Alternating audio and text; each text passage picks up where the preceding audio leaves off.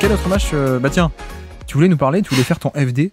Tu voulais nous parler de New York contre Détroit, c'est ça? C'est le mec relou du coup.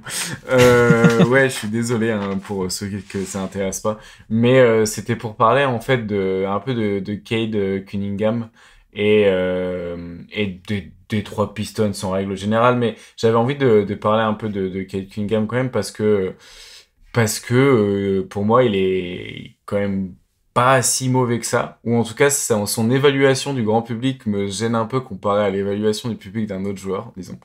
Et du coup, je me suis dit, bon, je vais prendre le temps de faire autre chose que regarder des passages et je vais regarder le match en entier. Et en plus, bah, du coup, c'était l'occasion de voir un match aussi des Knicks et de voir un match au TD Garden, au TD Garden, au Madison Square Garden avec Mike Breen. Donc voilà, c'est un match bonne ambiance. C'est pas un grand match de basket, mais c'est un match un peu bonne ambiance, où en plus t'as le retour de Quentin Grimes et de Evan Fournier sur le sol de New York. Donc voilà, il y a un petit peu, voilà, il y a un peu de storytelling en plus pour ceux qui arriveraient à se motiver à regarder le match. Donc voilà un petit peu le décor. Et du coup, on arrive sur une équipe des Pistons quand même qui joue un peu mieux récemment, mais c'est pas encore trop ça. Et on arrive aussi face à une équipe du coup de New York qui elle est plutôt en grande forme. Du coup, pour moi c'était un peu intéressant à suivre. Et le premier truc qui m'a un petit peu marqué dans l'attaque des Pistons et que je savais pas, que je n'avais pas la conscience, c'est en fait Cunningham a une capacité un petit peu de punir sur catch and shoot. En fait, il en prend plus de 3 par match et il est à 38% de réussite. C'est pas élite, hein, pas du tout, mais avec des joueurs comme Duren et des joueurs comme Ivy qui sont capables un petit peu d'envoyer ces passes-là pour catch and shoot, c'est une des choses que j'ai remarqué où du coup il y a une certaine possibilité un petit peu d'attaque. Et sur l'attaque un petit peu des Pistons pour défiler, il y a aussi beaucoup de get action et de pick and roll entre Cunningham et Duren.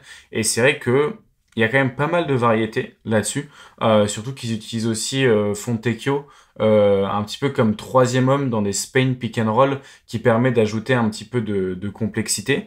Et du coup, j'ai trouvé que l'attaque des Pistons est pas remarquable, mais apporte un peu de variété et c'est pas du basket poubelle où Monty Williams, on sait absolument pas qu'est-ce qu'il essaye de faire. Enfin, voilà, il y a des choses qui sont pas terribles, mais il y a quand même des choses qui sont pas mal du côté des Pistons en attaque et surtout autour de Cunningham.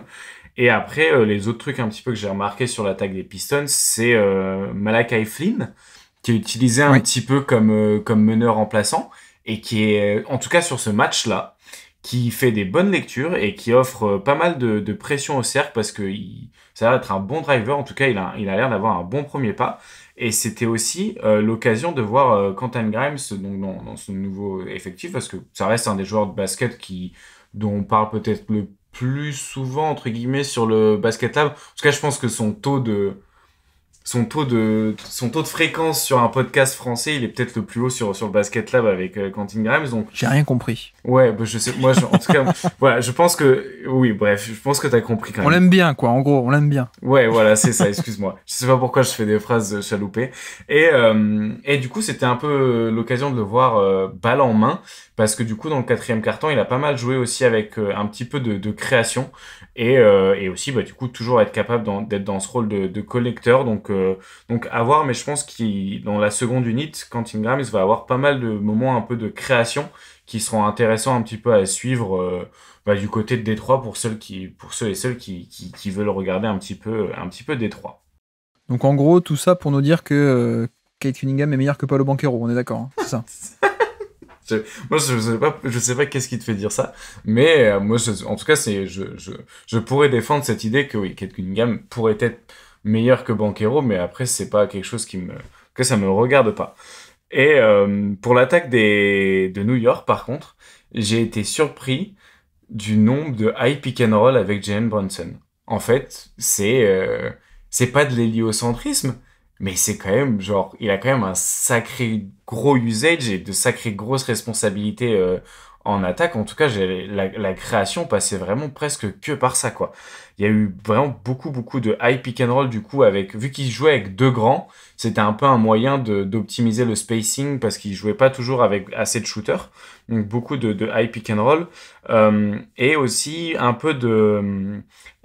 d'action pour Bojan Bogdanovic, du coup, qui récupère un petit peu des actions avec du coup des double screens où lui joue le deuxième le deuxième poseur d'écran et du coup qui réutilise des écrans parfois d'Hartenstein pour s'offrir des tirs à 3 points. Mais attends, mais il est plus à Détroit, Bojan Bogdanovic, tu t'es trompé. C'est un autre joueur. J'arrive pas à ça, mais tu sais, là, il est tard en vrai. Genre, je plaisante. Je peux plonger. Mais non, mais oui, parce que du coup, il était dans l'échange avec Quentin Grimes. C'est ça, c'était le match de la revanche, quoi. Le match du trade. Exactement. Il y avait Burks aussi, qui a rentré ses pull-ups. Et puis il y a Josh Hart, qui est vraiment un joueur assez unique. Que j'ai trouvé très bon en défense. Et d'ailleurs, quand ils le mettent en défense sur Cunningham, c'est là où il a le plus de mal. Et à contrario, celui qui m'a pas trop impressionné en défense, et je suis un peu déçu, c'est Ozar Thompson, que j'ai trouvé, mais alors, incapable de naviguer à travers des écrans. Il restait collé dans les écrans, et c'était vraiment, genre sur Brunson, il en a chié en vrai. Après, il en a chié contre Brunson en pick and roll, ça arrive à des gens très bien. Mais c'est vrai que je pense que pour un peu m'émerveiller devant son potentiel défensif, c'était pas forcément le match, quoi. Parce que vraiment, dans la navigation d'écran, il est vraiment resté collé.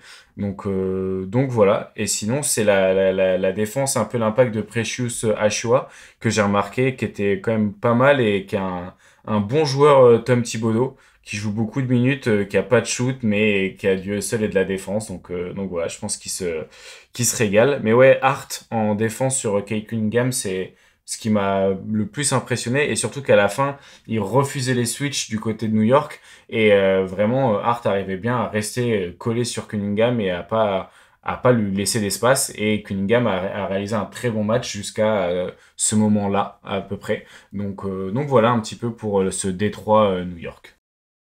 Tu veux une stat de la semaine gratuite? Vas-y. Precious Achiuwa a déjà joué plus de minutes pour les Knicks en 28 matchs que durant toute sa saison rookie en 61 matchs. Voilà. Merci Tom Thibodeau. Oui, il l'aime bien. Non mais alors, t'as dit plein de choses. Effectivement, sur Brunson, oui, c'est vrai que c'est ce qu'on a pu remarquer aussi. Alors moi, j'ai vu le Golden State contre New York, mais c'est vrai que récemment, peut-être on en parle pas assez, je sais pas, mais Anunoby n'est pas là. Bon, c'est pas non plus énorme pour l'attaque, mais Anunoby n'est pas là, mine de rien. Ouais. Et surtout, Randle n'est pas là. Et c'est vrai que, mine de rien, tu vois, je me retrouve un peu à défendre Randle dont je suis pas fan non plus beaucoup, mais c'était quand même un créateur d'attaque assez important. Ne serait-ce que, bon, t'aimes pas quand il prend son tir, mais tu l'envoies au poste bas et il arrive à créer du jeu de par peut-être des prises à deux et son passing, etc. Et au moins, on avait un peu ça contrebalançait un peu en un sens. Et c'est vrai que depuis l'absence de Randle, on a beaucoup plus un Brunson héliocentrique. Alors, ça marche aussi. Mais bon, c'est vrai que ça fait beaucoup d'usage. Et c'est vrai que, par contre, sur Détroit, oui, en même temps, tu dis c'est pas une bouillie de basket, mais bon, Monty Williams, c'est quand même plutôt un bon coach. J'ai pas toujours été fan de sa carrière, notamment l'époque aux Pelicans, j'étais pas très fan. A posteriori, je me dis à quel point est-ce que les Suns, c'était pas aussi Chris Paul en fait, le joueur qui, dès qu'il va dans une équipe, l'équipe elle devient absolument fantastique. Il y a quand même cette récurrence-là. Mais non, mais quand même, on l'a vu faire de très belles choses à Phoenix, Monty Williams aussi. Et je pense que pourquoi est-ce qu'on se moque beaucoup? Pourquoi est-ce que justement il y a des frictions cette année à Détroit? C'est parce que justement lui il veut être compétitif et qu'il peut l'être. Donc c'est peut-être là aussi que tu sais, il y a des problèmes avec Jaden Ivey, avec certains jeunes, avec il râle beaucoup. C'est peut-être aussi parce que lui il a peut-être pas forcément signé pour une équipe de tanking, quoi. Il pensait être mieux et effectivement quand tu lui donnes un peu de compétences, je pense qu'il sait en faire 2-3 trucs. Et une des choses qui m'a l'air intéressante à suivre, en effet, c'est t'as parlé de Quentin Grimes. Je me demande à quel point est-ce qu'on pourrait pas un peu le tester le retester en porteur de balle un peu plus créateur, Ouais. parce que voilà, il faut se souvenir que lui à la base c'était superstar lycéen, créateur, vraiment star quoi.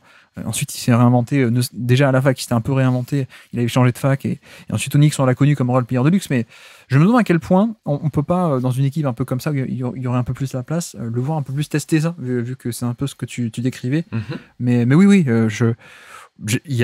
c'est un peu ce qu'on dit depuis quelques semaines à Détroit, c'est que pour l'instant ça perd, pour l'instant le niveau de talent pur est quand même très bas, il y a beaucoup de problèmes, notamment offensivement, à l'intérieur, je veux dire, où justement quand t'as pas de secteur intérieur défini ou solide, défensivement c'est compliqué, mais il y a quand même 2-3 bons trucs quoi. Moi j'aime beaucoup Jaden Ivey, je sais pas toi ce que t'en penses, mais j'aime beaucoup Jaden Ivey.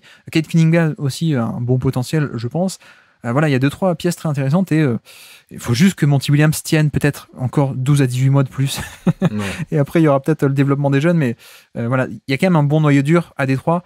Et honnêtement, moi, la série de victoires géniales, non, la série de défaites de cette année, bon, certes, Détroit est mauvais, mais Détroit n'était pas mauvais à ce point, je trouve. C'était aussi, voilà, à côté, il y avait des Washington, à côté, il y avait des, des Charlotte qui étaient peut-être encore pires en termes de fond de jeu, les Spurs de l'époque. Enfin voilà, mais bon. Non, mais je suis totalement. Bon, voilà, on est d'accord qu'on est d'accord. C'est pas. Ouais, c'est ça. Tu m'as demandé à Ivy, moi, ce que j'en pensais. Moi, j'aime bien.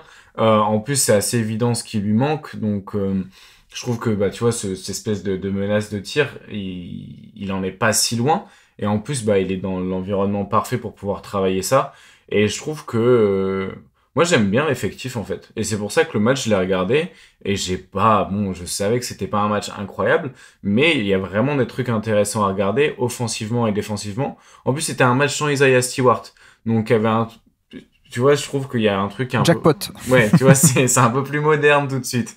Donc non, franchement, ça vaut le coup de regarder au moins un match des Pistons d'ici la fin de l'année, je pense, pour que les gens voient un petit peu, même Jalen Duren. On avait parlé dans un mini scouting. C'est vraiment intéressant. Et au rebond offensif, encore une fois, s'il y a un pick and roll et qu'il obtient un switch ou qu'il y a du drop et qu'il a la place pour attaquer le rebond, il va le prendre. Donc plein de bonnes choses à regarder. Et Kate Cunningham joue un bon basket en ce moment. Il en a un peu chié sur le début de saison. Il a toujours pas de pull-up à 3 points, mais son pull-up à mi-distance vient plutôt bien. Et catch and shoot à 3 points aussi, qu'il arrive bien à être utilisé à côté justement de Jaden Ivey. Donc plutôt des trucs cool à suivre chez eux aussi.